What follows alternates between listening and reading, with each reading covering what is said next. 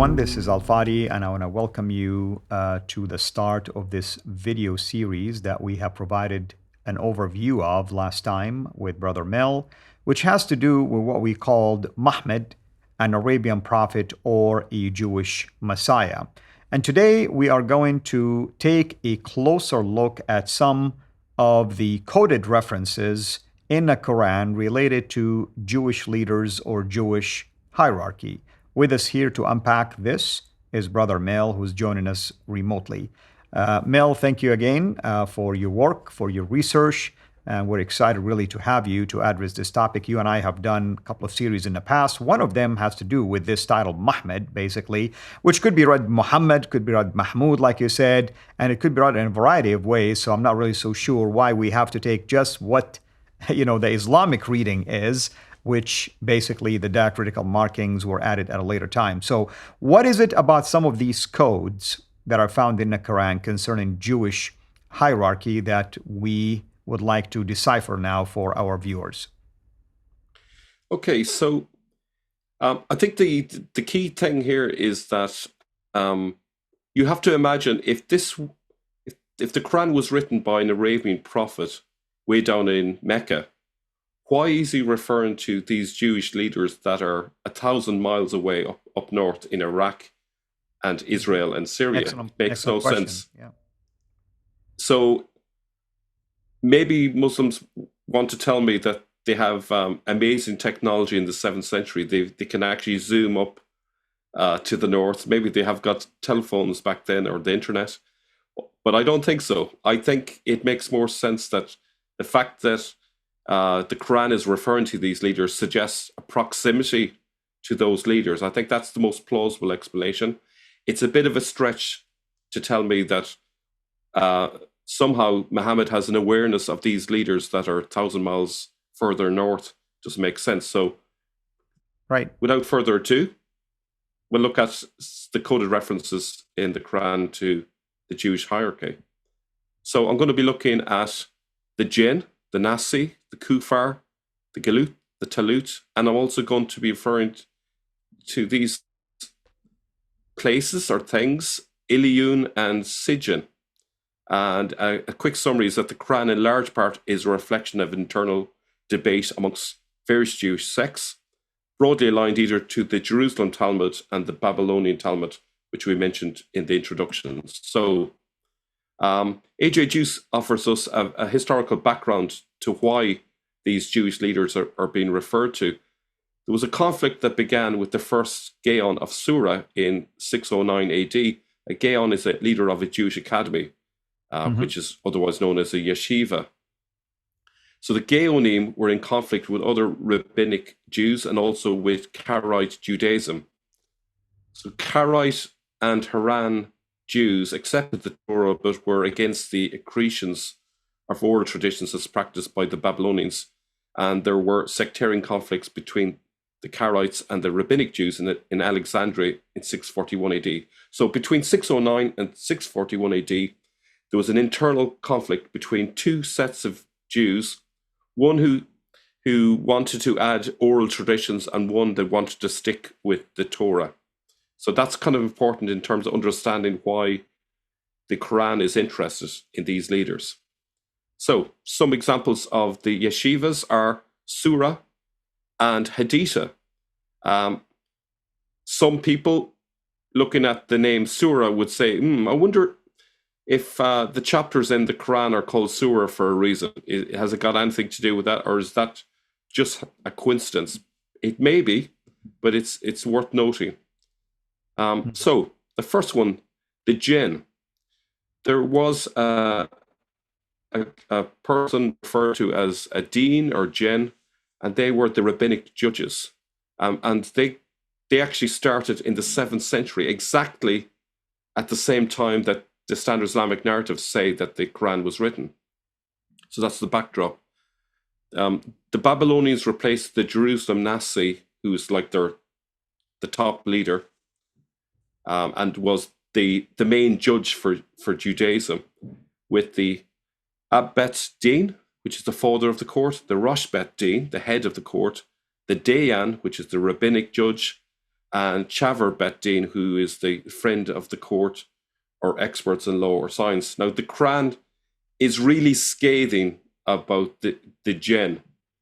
And I came to the conclusion that the Jinn is referring to these leaders. And I contacted A.J. Juice and discovered that he had come to this same conclusion and had written papers about this, which kind of made me think, well, I think we might be onto something here. So Right. the second leader is the Nasi. And now the standard Islamic narrative gives you various explanations for this text. According to some, the word Nasi means the postponing.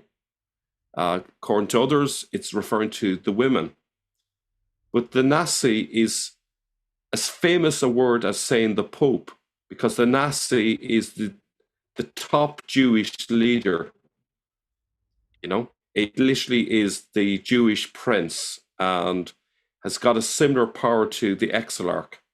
Okay, so in that context, it seems that they're referring to the Nasi here in the context of his replacement by these judges that we mentioned, the Jinn. So even if we take the translation as given, indeed the Nasi has led to an increase in disbelief, by which those who have disbelieved are led further astray.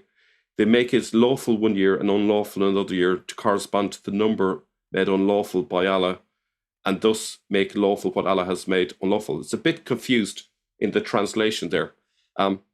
Unless we get like the earliest version of that text, it's probably impossible to decipher what it meant. But it does seem to be talking about the issue of law there. And that's exactly what the Nasi was involved with. He was the top judge for the Jews, and the Jinn were the replacement of that. If you were someone who lived in Israel at that time, you'd be giving out about the fact that your Nasi has been replaced by these Jinn who live in Iraq in the Jewish academies. That was a major source of conflict at the time. Meaning like religious authorities here, correct? Exactly, yeah. So there was a conflict, as we said, in the background. So the Quran seems to be siding with the Nasi against the Jinn. That seems to be the backdrop. Now, the other one is the Kafir. Now, if you ask most people, what does Kafir mean, or Kufar, they say it means infidels.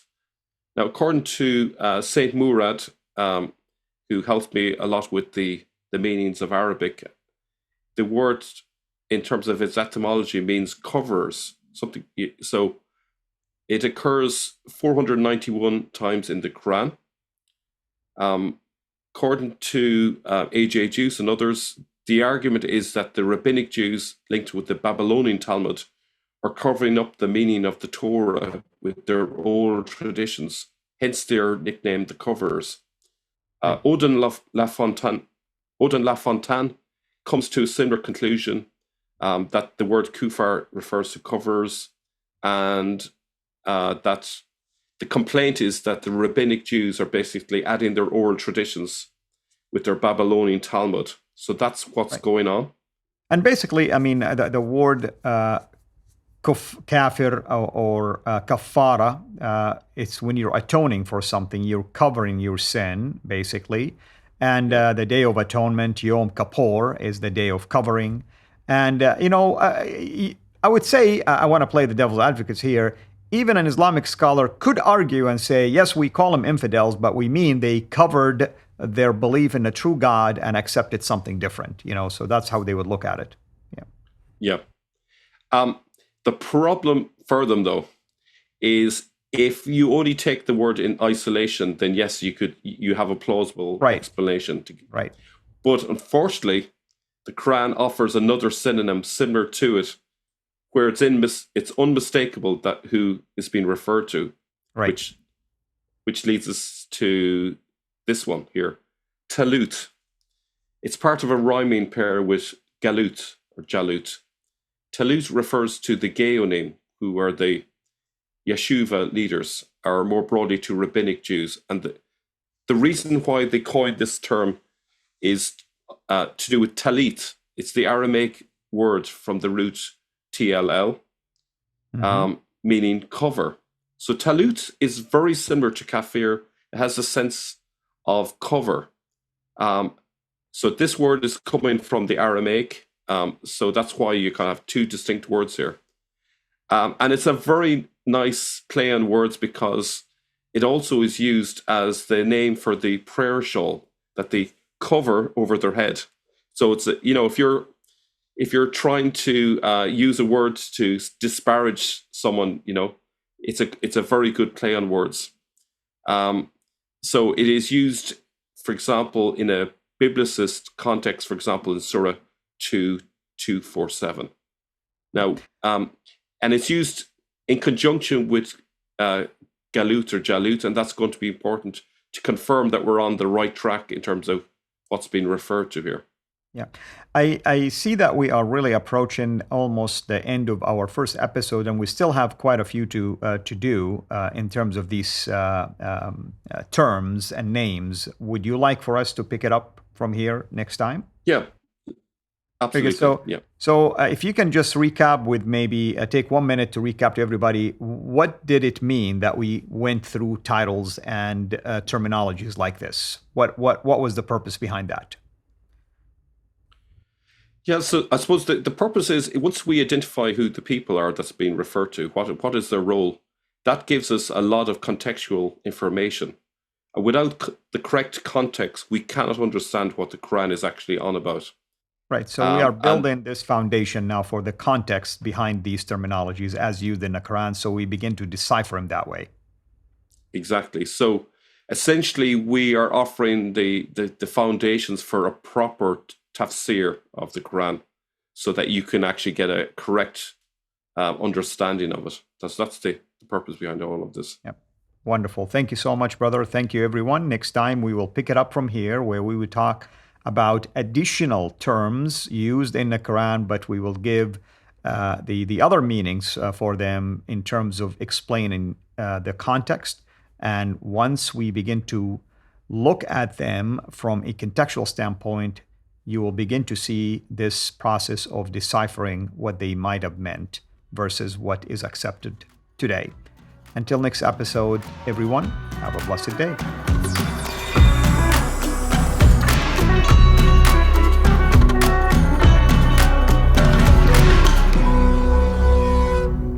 Thanks for watching.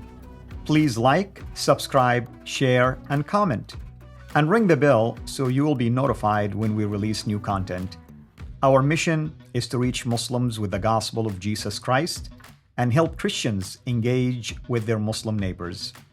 If you want to join us in this life-changing work, please support us on patreon.com/CIRA International or just click on the link below.